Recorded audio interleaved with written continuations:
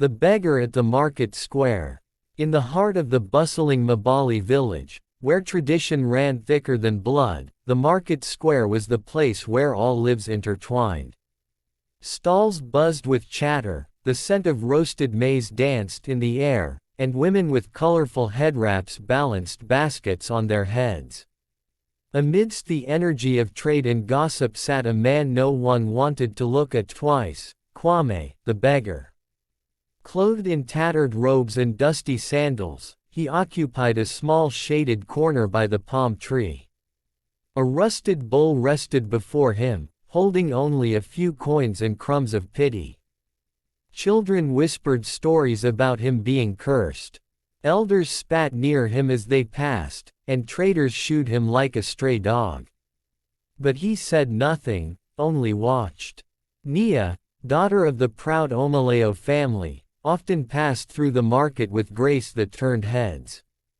Her skin glowed like polished mahogany, her eyes fierce like a lioness guarding her cubs. Her father, Chief Omaleo, was a respected man, rigid and prideful, who had raised his daughters like rare gems, not to be touched by the undeserving. One afternoon, Nia stopped beside Kwame's spot and dropped 2 mangoes and a small cloth pouch of coins into his bowl. The market paused. People stared, gasped, and gossiped. "You shame your family," shouted Mama Ejike, a neighbor. "What business does a chief's daughter have with a man like that?" Sneered another. But Nia only smiled. "Kindness is not a sin," she said softly. Kwame lifted his head. For the first time, their eyes met. "Thank you," he said, his voice deep and calm, unlike what one would expect from a beggar. Nia was taken aback. His gaze held no desperation, no bitterness, only quiet strength. She nodded and walked away, heart oddly stirred. Over the weeks, their encounters grew. She brought him bread, then books.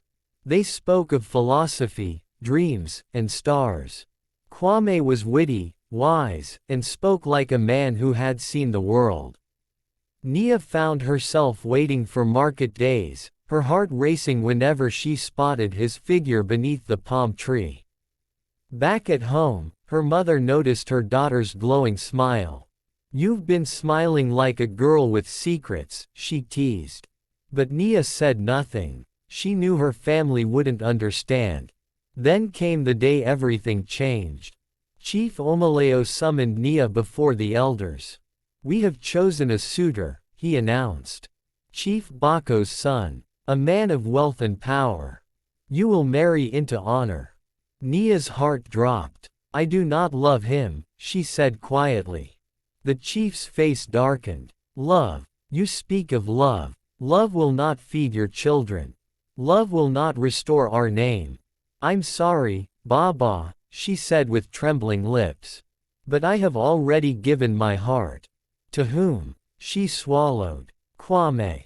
Silence. Then laughter, mocking and cruel. "The beggar." Her father roared. "You have brought shame upon this household." He tore the beads from her neck and declared, "From this day forth, you are no longer my daughter." Tears streamed down her mother's face as Nia packed her things. With nothing but a sack and her pride, she left the Grand Omaleo compound. When she reached the market square that evening, Kwame was waiting, as if he knew. "They disowned me," she whispered, collapsing into his arms. Kwame held her close, his heart aching. "Then I will become your family." And so, Nia, the disowned daughter of the chief, chose to live with a beggar. But what she didn't know, what no one in the village could even dream, was that Kwame was far from poor. He was richer than every chief in the region combined. And his secret was about to shake the entire village. The village that watched and whispered. Life changed for Nia the moment she stepped out of her father's gates. No longer the chief's daughter, no longer draped in fine fabrics or escorted by maids. Now she was just Nia, the girl who had chosen a beggar. She and Kwame found shelter in an abandoned mud hut near the edge of the village, where goats roamed freely and children pointed fingers. The walls were cracked, the roof leaked when it rained, and the nights were cold, but it was theirs. Nia swept the dust away, patched the roof with palm leaves, and cooked with firewood. Kwame gathered wild herbs, caught fish from the stream, and shared stories by the fire. "Do you regret it?" he asked her one night as they sat under the stars. "Not once," she replied without hesitation. "For the first time, I feel alive." But the village did not forget. At the market, women whispered as she passed. "There goes the mad girl who left gold for gravel. She gave up silk for soil. She chose love," they say. Foolish girl. Nia ignored them, her chin high, but inside, the stings left scars. Sometimes, her belly rumbled from hunger.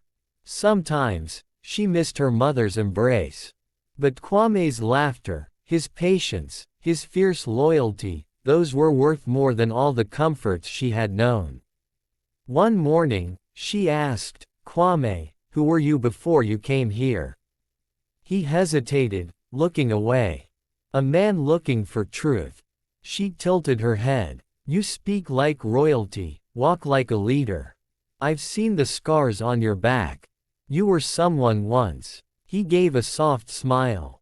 "And now I am someone still.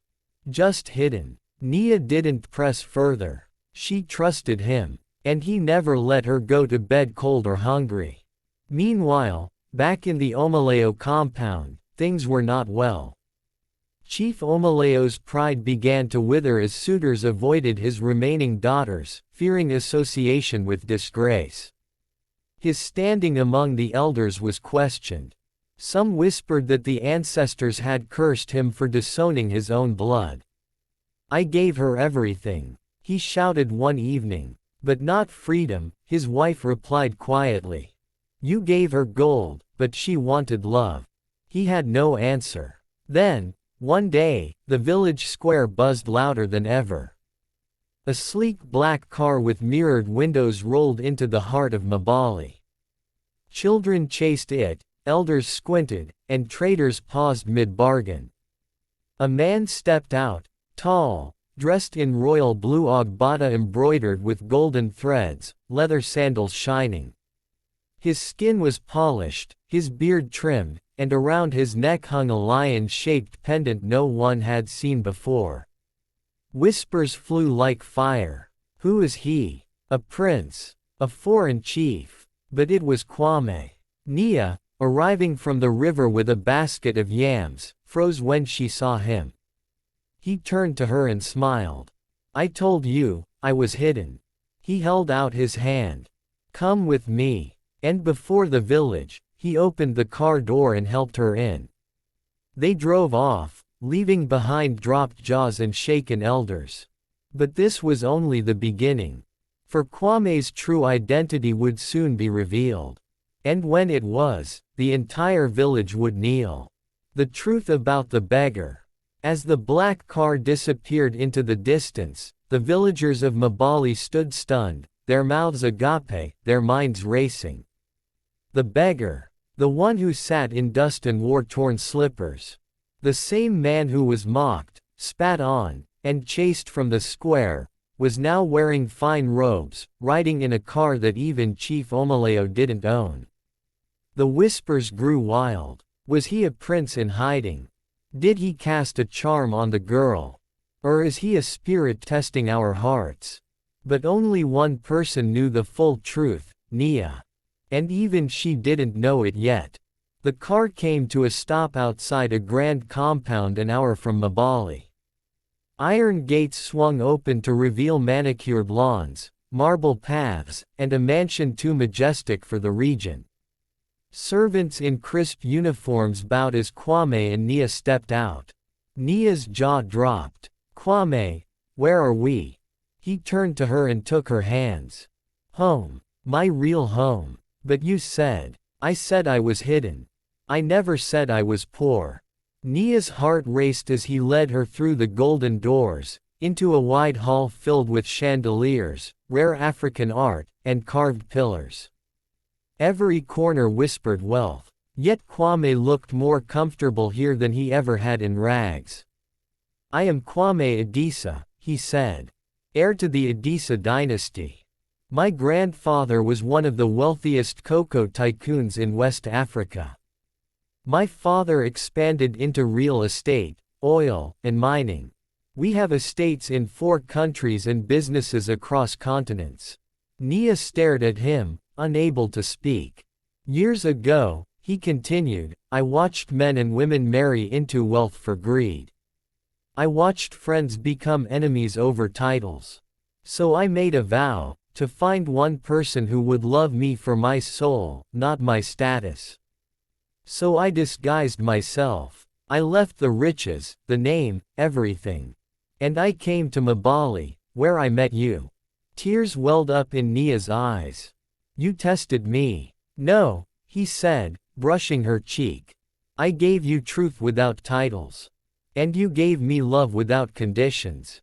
Nia embraced him, her heart thudding wildly. "So what now?" "Now," Kwame smiled, "the world will know who you are. Not as the disowned daughter of a chief, but as the woman who won a billionaire's heart." The next morning, a convoy of luxury cars returned to Mbali. At the head of it sat Nia and Kwame, dressed in dazzling regalia. Trumpets sounded. Drummers beat rhythms that made even the stone-hearted sway. Chief Omaleo stepped out of his compound and gasped. It cannot be." Kwame stepped forward. "Chief Omaleo, I am here not to shame you, but to show you that love chooses whom it pleases." Nia stood beside him, radiant, no longer a girl, but a queen. The chief trembled. I judged too quickly." "You judged without knowing," Nia replied. "But I forgive you." The crowd cheered as Kwame turned to the people. "From this day, I will rebuild Mbali. Schools, clinics, clean water, all that this village lacked, it shall have. Not because you honored me, but because Nia taught me mercy." Cheers rang through the sky. Mothers wept. Fathers clapped. Even the elders bowed. The beggar had become their savior. But deep in the shadows of Mbali, not everyone was pleased. And trouble was coming. The return of the betrayed brother. While Mbali celebrated with drums and dancing feet, far across the plains, a storm stirred in the heart of another man, Kwame's elder brother, Jabbo Adisa. Jabbo had been the firstborn, the crown jewel of the Adisa legacy. Groomed since birth to inherit the empire, he had attended the best schools, shaken hands with presidents, and worn tailored suits before he could spell his own name. But power had made him arrogant, and greed had made him reckless. Years ago, when their father discovered Jabbo was laundering family funds and exploiting workers, he stripped him of his position and warned him, "The throne is not for the proud. It is for the wise." Jabbo was furious. "Who else will inherit it?" "Kwame. That fool who runs off pretending to be a monk." The old man had replied, "Kwame has the heart you lack." And with that, Jabbo left, humiliated, vowing to return one day. That day had come. Back in Mbali, preparations for the village celebration were in full swing. The central field was transformed with canopies, dancers rehearsed their steps, and children ran around with decorated calabashes. Nia, now adorned in royal ankara, moved through the market with dignity. Where once she was scorned, she now received blessings. "May your womb bring forth kings," an elder woman said. "You are the pride of Mbali," another whispered. But as she turned a corner, a black SUV pulled up beside her. The window rolled down slowly. "Nia," said a voice she didn't recognize, but one that made her skin crawl. A man stepped out, sharp cheekbones, coal-black sunglasses, and a smirk that didn't reach his eyes. "I'm Jabbo. Kwame's brother." Nia stiffened. "I didn't know he had a brother." "There are many things Kwame hasn't told you," Jabbo said, circling her slowly. "Like how he's just the second son. Or how the empire was built through my hands." She narrowed her eyes. "Whatever history you two share, don't bring it to me." "Oh, but I will," Jabbo sneered. "Because everything he has now, it was mine. And I will take it back." He got into his car and sped off, leaving a cloud of dust and a seed of fear in her heart. That night, Nia told Kwame about the encounter. He closed his eyes and exhaled. "Jabbo is dangerous. He believes power is a right, not a responsibility. But the board of trustees removed him after his crimes. Can he harm us?" Kwame looked at her, his eyes serious. "He will try." Just then, a servant rushed in. "Sir, there's been an attack at the school construction site. Tools destroyed, workers beaten." Kwame stood immediately. "It's started." Nia's voice trembled. "What are we going to do?" Kwame turned to her, his voice steady. "We will not run. We will build. We will fight back, not with weapons, but with truth and justice." But even as he spoke, a shadow loomed over Mabali. For Jabbo Adisa had returned not just to reclaim power, but to destroy his brother completely. And this time, he wasn't alone. The war of blood and pride. The sun that rose over Mabali the next morning brought no warmth, only tension. The village, once abuzz with joy, now murmured with fear. Word of the attack at the school site had spread like wildfire. Tools were stolen, cement was spilled, and 3 workers were nursing bruises from masked men who vanished like ghosts. Kwame stood before the damaged site, his fists clenched. Nia was beside him, her eyes scanning the faces of the villagers who had come to watch. "This is sabotage," said Elder Olu, stroking his long white beard. "Someone wants you gone." "I know who it is," Kwame replied. "My brother. Jabbo." Murmurs rippled through the crowd. "But why would your own blood do this?" asked one of the women. "Because he believes the empire belongs to him," Kwame said, "and that I stole it by earning what he tried to seize by force." Nia placed her hand on his shoulder. "Then we face him with the truth." Back at the mansion, Kwame summoned his advisors. His chief security officer, his legal consultant, and 2 former board members of the Adisa Empire sat around the long mahogany table. "Jabbo has returned to reclaim what was taken from him," Kwame said. "We cannot allow him to corrupt this land with his greed. He's already begun bribing local chiefs," the legal man reported. "He's offering them money and contracts to turn against you. He's also buying thugs to intimidate villagers," said the security officer. "If we don't act fast, fear will turn the people." Kwame rose. "Then it's time we give the people something greater than fear, hope." He ordered the school site to be rebuilt immediately, doubled wages for the workers, and sent his men to protect the vulnerable. He met with village elders, not with bodyguards or gold, but with humility. He reminded them of the new clinics under construction, the boreholes bringing clean water, and the scholarships that had already begun. "We are not building monuments to my name," he said. "We are building a future for Mabali. With or without my brother's approval." But Jabbo was not idle. He held secret meetings with bitter village leaders and greedy traders. He promised to turn Mabali into a city, to bring industries and factories, but only if Kwame was ousted. He dangled bribes like bait, and not everyone resisted. One night, as Nia walked back from visiting a sick child in the next village, she was ambushed. 2 masked men surrounded her, their machetes glinting under the moon. Leave this place, one hissed. Or next time, it won't just be a warning. Before they could touch her, a sharp whistle rang out. From the bushes, Kwame's guards stormed in, tackling the attackers. Nia was shaken but unharmed. When she returned to the mansion, Kwame met her at the gate. "They tried to harm you," he said, his voice trembling with rage. Nia, still pale, nodded. "He's coming for more than the Empire. He wants to break us." Kwame held her close. "Then let him come. He will find that love is not as fragile as he thinks." 2 days later, a public gathering was called at the central square. Jabbo, dressed in a flowing black agbada with golden lions embroidered on the sleeves, stood on a raised platform. A crowd of curious villagers gathered.